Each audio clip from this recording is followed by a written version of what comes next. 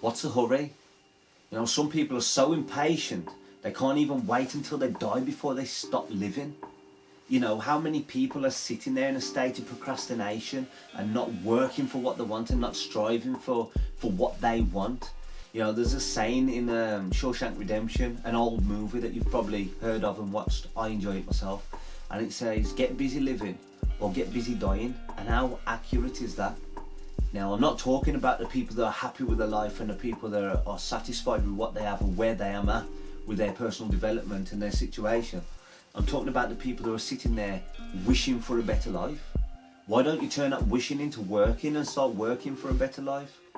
You know, we're humans, we're people, we're not always handed the cards that we want, but play them anyway, you know, and working to your advantage, you know. And I know that's such a cliche thing to say, but it's true. Stop, you know, complaining about your situation. I didn't come from money, you know, and I've still got no money. Top and bottom line of it, I'm what I consider a breadline family. Are we in poverty? Not poverty to the point of like third world countries and things like that. People have not got running water and people have not got electricity. Are we on the breadline? That's what we are. And I come from that. You know, none of my family have come from money. And I'm fighting so hard, and I burn the candle at both ends to try and change the course of my family history for the sake of my boys. You know, they what keep me driving forward, as well as my own personal cost to my own neck. You know, like I hold myself accountable. Like if I'm not doing something every single day, I've had a few months off now where I've been uninspired and I've felt really terrible, and I've broke out of that now and I'm more inspired and more ready to work. You know, I've got ideas coming left, right and centre. But yeah, so do I moan sometimes? Or if I had money, it would be a lot easier. If I had money, I could do this. If I had money, I hate money. But what money does is it provides a level of freedom, a freedom that is required to move ahead in life.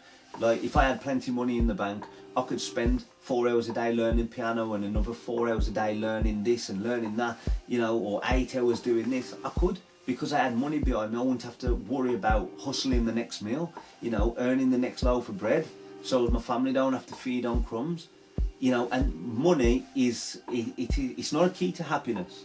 I don't believe it's a key to happiness, but it's a key to a certain kind of freedom that could potentially bring you that happiness. Like music's something that I love to do. I love creating, never mind just music. I'm a writer, I love creating. And if I had money, I could do that from morning till night, you know, in between fathering duties, without worrying that I've got to do this business plan, I've got to go to work for this guy, I've got to go to work for this company.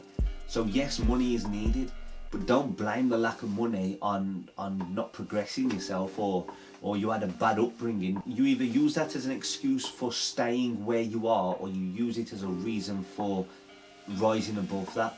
You know, we all face difficult situations, especially if we're going into something that we don't usually go into or that's never been done before. It's like Cool Runnings, the movie. You know, Jamaicans trying to get into the bobsledding team. Now that's polar opposites when it comes to climate. You know, like Sanka says, as in igloos and ice. You know, it's not what they do, but they faced it, and it was the dream and the ambition of one person, and he managed to convince others to get in with that dream and work together as a unit. Now they stumbled their way through that sport. They did, you know, to start with. I think it was Sanka said to Doris, "You're dead," when they had a crash, and he said, "Yeah, man." You know, now what I love about that is that was early on, that was the stumbling bit, and that was easy to give up and lie down and say, "Yeah, man, I'm dead. I've had enough. This is difficult," you know.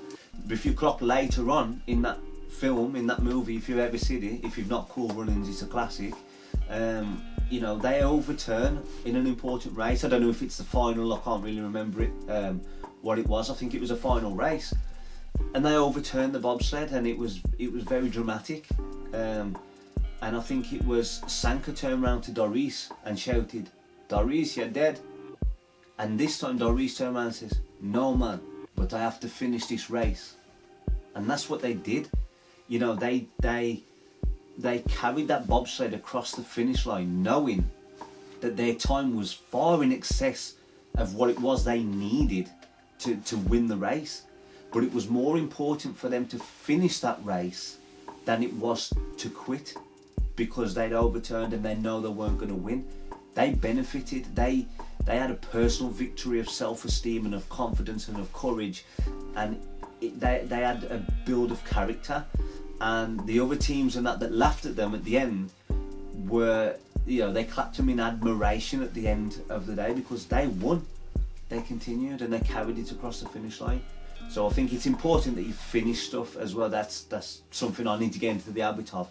But I feel a lot better when I finish something and I'm not quite happy with it, rather than when I leave it at a loose end.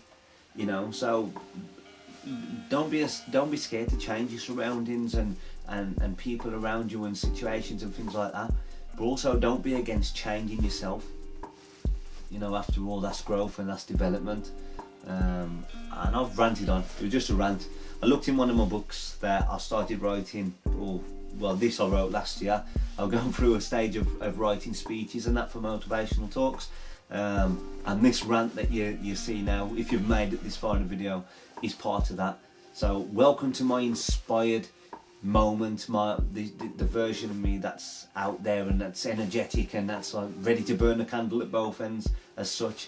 You know, because I wouldn't be in front of the camera if I was a month ago, because I spent the last 6 months miserable and blaming myself and blaming society and blaming situations as to why I'm in the mental capacity I am, in the situation I am, the emotional state I'm in. Ultimately, you've got to account for it yourself. So this is the side of me that hopefully inspires people and hopefully can get people thinking, you know what, he chats a lot of shit, that boy does. But anyway, I'm out of here. Speak to you all soon.